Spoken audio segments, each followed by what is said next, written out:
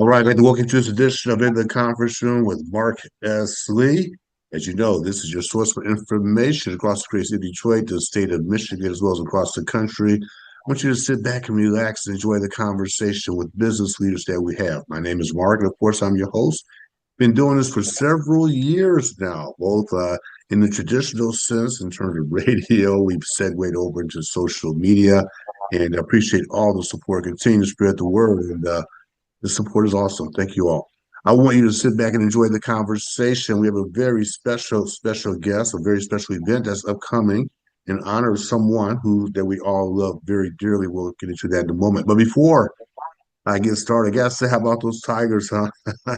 Yeah, Yes, go Leslie, what do you think about those Tigers. Tigers? Yes, all right. Hey, I was having a conversation the other day with somebody from across the country. They said, "What do you think?" I said, "Hey, I'm just enjoying the ride." Right, So right, right, right. I'd like to welcome to the conference room Ms. Leslie Andrews, and she's the board chair for Arise Detroit. The executive director is interim executive director for Arise Detroit as well. Leslie, thanks for joining me in the conference room. How you doing? It is always a pleasure, Mark. I'm doing well. Good, good.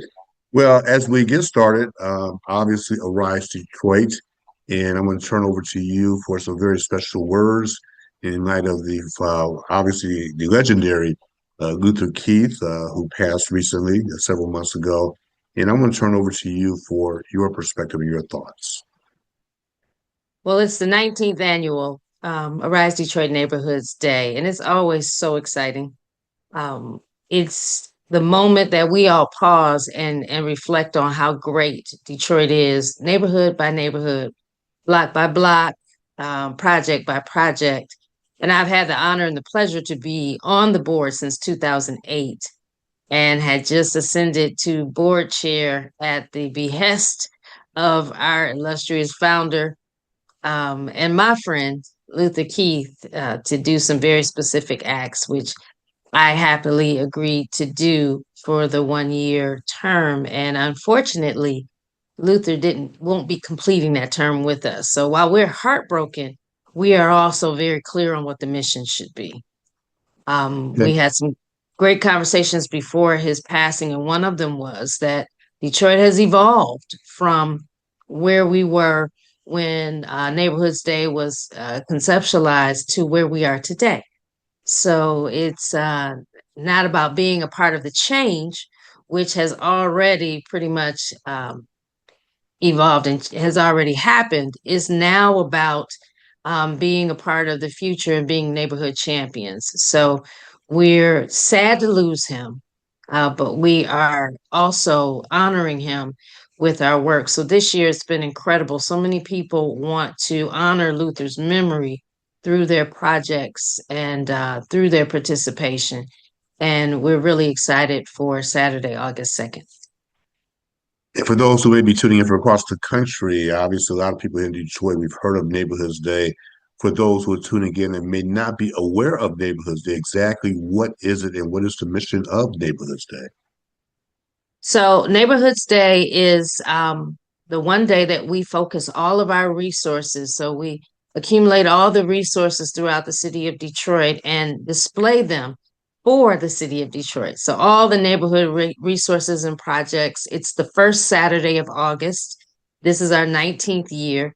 And when we talk about resources, we're not just talking about things that you would normally give to everyone. We're also talking about culture. We're talking about specific benefits and beauties of different neighborhoods.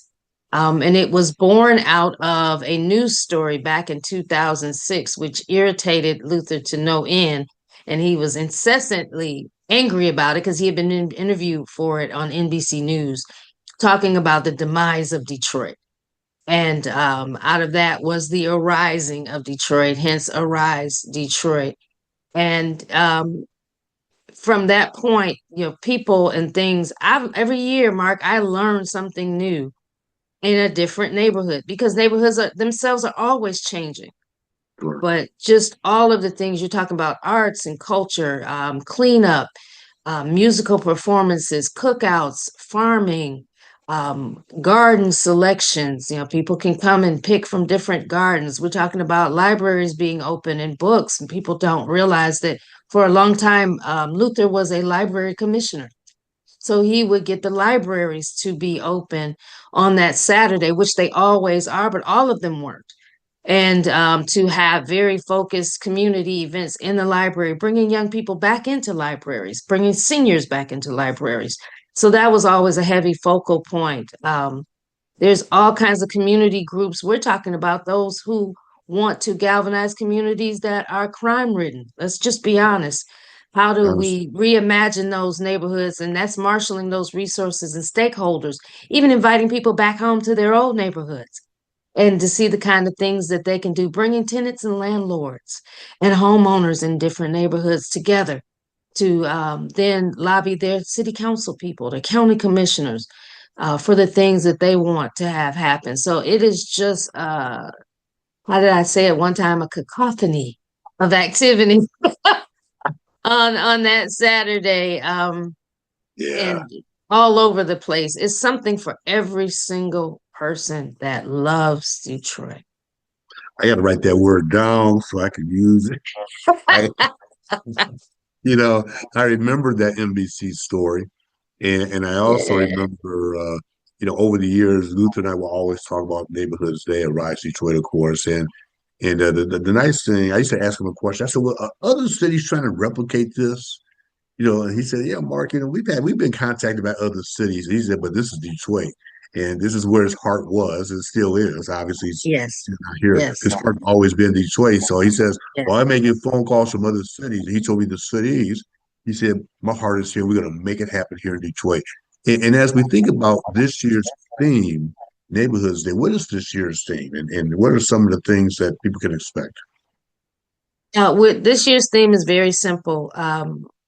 We're honoring Luther Okay. with our work, but we're actually turning forward to our 20th next year, which Luther and I had already talked about. So we're not as heavily themed this year because we were putting all energies and face forward to our 20th. But one of the subtexts that we're doing is really talking to those folks who have been with us since the beginning. Mm, So we're looking at and we'll be highlighting in a lot of post reels and post social media support.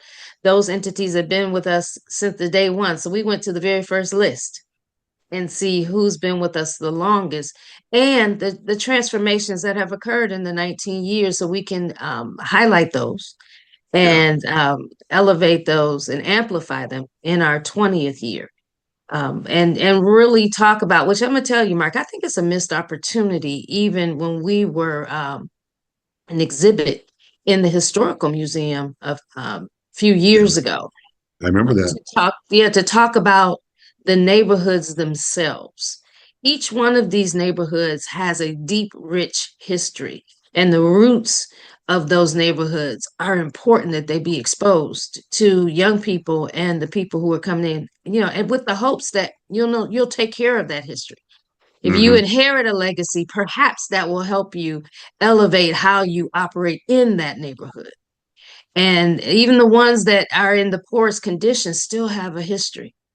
Yes. And maybe it's a reintroduction of those who came from those neighborhoods with a new charge to stimulate them. Because, we always get upset when someone else moves in and starts changing things. Right. So That's exactly right. that's how we see some of our work going forward. So this 19th is about honoring those who've been with us the longest. And but the 20th is definitely where we're going to begin to roll out what's next in the future. I love what you said about the neighborhoods. Obviously, I grew up in the city, West Side, and when my parents first moved to Detroit in 1957, they actually settled on the East Side. Then they moved Hmm. and stayed on the West Side, which is where I was raised on the West Side. But what's so funny is I'm listening to you, hearing you talk, and you and I are from the same genre, same age group, I'm Hmm. sure. And we grew up and we knew the value of the neighborhoods. And I was with some people the other day. We were and we were all from the same street. Here we are 40 years later reminiscing Yeah, about growing up on our yeah, street, which yeah, is Northwest yeah. Detroit, there's 7 Mile an Hour drive. And we were just reminiscing. And the beauty of that reminiscing for us, Leslie, is that there were young people sitting around us and they probably couldn't necessarily relate to the pride that we had in terms of growing up in that neighborhood, because a lot of those kids have grown up in elsewhere in the suburbs or in other cities, but yet here they are seeing their parents and their close friends, relatives talking about the neighborhoods. And I was so pleased to let them, I was so pleased to see that they were paying attention because Yeah. I tell my kids all the time that my neighborhood made me. As a result of it making me, it made you as well through extension. Yeah. This is the thing. This is what keeps me so excited about this work. And I'm a daughter of Detroit, period. Yes. Um, the thing about it is that this what saddens me is there are now probably two full generations, Yeah. maybe three, and you could go deep as four. This is the only Detroit that they knew prior to this Renaissance. So for a full three generations, it was decay and it was, decline, and it was those kinds of things. But now when I go back and I think about the Detroit that I was raised in, that is woven in my personal tapestry. That is a thread that is woven throughout my life. And I didn't realize how important those things were to my life until they were gone. And I learned a lot about how to be a good citizen. First in my neighborhood, I learned how to be a respectful resident in my neighborhood. And those were things that I carried with me throughout my professional life, all of my accomplishments. And here's the interesting thing about Detroit, and there's so much beautiful history in the Burton collection that I introduce expats to all the time. But just like your parents, the trajectory was the same. You came up through in the east side, but it wasn't like there was a welcome mat rolled out for Right. black folks coming Right. to Right. Detroit. So Yes. you had to make your way, and there were just sub pockets of Detroit that have deep, rich, dark soil history, that were the landing pads for Black folks migrating from the South to the North. And then how our diaspora and how we just spread out, and why the destinations were the West Side, and how we are really, really parochial about East and West. But I'm gonna Yes. tell you, I never went on the East Side growing up. I I never didn't did have either. anything. When I moved back to Detroit in 1995, 30 years ago, I had to get in my car because I left. I was 17 and I didn't drive. So I knew nothing about an East Side of Houston, Whittier. I didn't know anything about that.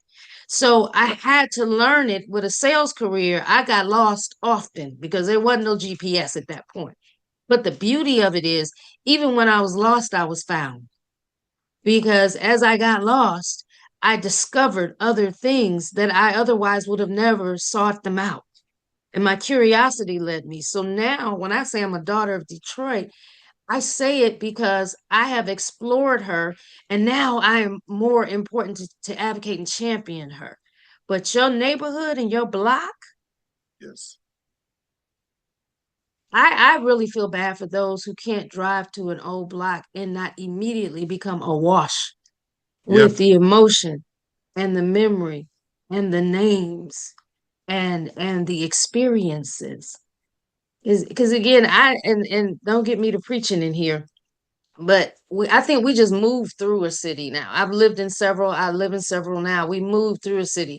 But when I'm at home, I'm not at the superficial level. When I'm at home, I'm looking at people's lawns.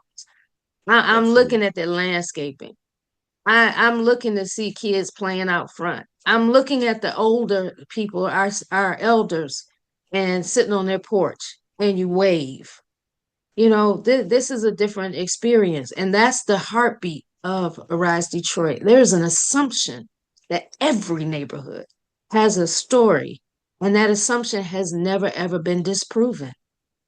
And that's why that's a nice segue to the events that's going to be taking place on August the 2nd before we begin to wrap up. I love what you just said because I'm a son of Detroit. And I tell people all the time, if you were to, cut open my skin and read on my bone, it's typed in Detroit. That's who I am. And that's who I am. I was born and raised. I make no bones about it. Like you, I have lived in 9 different cities across the country. New York, Mm-hmm. Chicago, Detroit, Philadelphia, Minneapolis, St. Paul, Jackson. I can go on and on and on.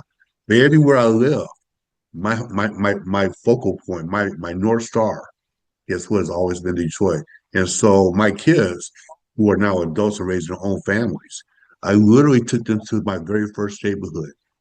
And we just sat there, called it my Roots tour after the way back in the Alex Haley was the Roots tour. And I looked Hmm. at him, I said, just look around. I said, this is what made me, as I mentioned earlier, this is what made you. And that's a nice segue into Neighborhoods Day. Talk about, some of the events that will be taking place on August the 2nd. How can people sign up? Are they free? How can they get engaged on August the 2nd? What are some of the events and how can they become engaged? So all of the events on Neighborhoods Day are free. It is a cost to register. Unfortunately, registration closes I believe today. No, Okay, actually okay. it does close today because we have to print the banners. So the key to knowing about Neighborhoods Day is when you're riding around Detroit, first of all, you can go to arisedetroit.org and you will Mhm. see West Side events and East Side events. So that will be the first place where you start before you leave your home. And if there's a particular neighborhood that you're interested in going to see, or if you want to go revisit your old neighborhood, the first thing you would do is go to arisedetroit.org and to see if that neighborhood or something near there is actually registered. Okay. And you'll see the purple and gold banners.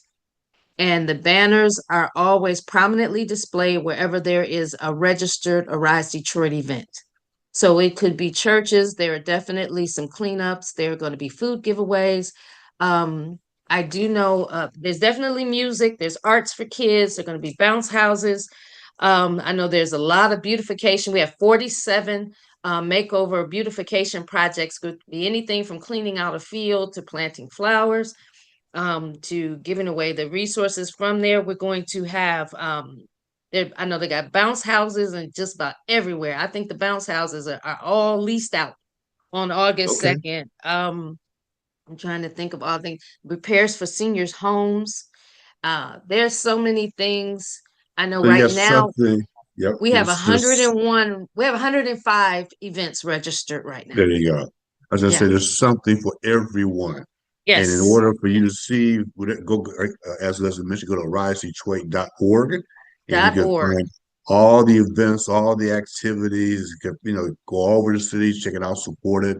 And I just think it's an awesome event. So as we wrap up, Leslie, I want to give you the final word. You have a couple of minutes to just say whatever you want to say about Arise Detroit and Neighborhoods Day. And as we wrap up, say whatever you like to say in closing. Arise Detroit Neighborhoods Day is a loving reminder of what makes us great. It's important for us to pause and celebrate ourselves. We are all going through something, we're all in a different professional or personal challenges and rat race. But when it comes to Neighborhoods Day, you open your door, you come out on your porch, you commune with your neighbors, you invite in your guests. You do any and everything that reflects the greatness of not only who you are now, but who you became and how you became that through the neighborhood you were raised in. I encourage everyone, they start as early as 9 and 10 in the morning, they run as late as 5 and 6 in the afternoon, to go back and reconnect with their neighborhoods, to rediscover a new neighborhood, and then recommit to doing and sowing a seed back into a neighborhood in Detroit. You will not be sorry that you did. We welcome you. This is your official invitation to go back and fall back in love with Detroit. Leslie Andrews, I couldn't say it any better. And what a way to honor the memory of the legendary Luther Keith and giving back. He loved this city so much. And we want you all to give back to this great city and reach back and reach out to others and bring them with you and invite them to participate. I appreciate you. I know you're busy. You had a very long flight. And I appreciate you joining me in the conference room today. And thank you for all that you're doing. Thank you for having me, and thank you for all your work, Mark. You've really been doing a phenomenal job. Thank you very much. I want you all to go out, make it a great day, make it a great week. We will check you out next time in the conversation with Mark Esley. And by the way, don't forget to subscribe to that YouTube page as well. Talk to you soon. Have a great day, everyone.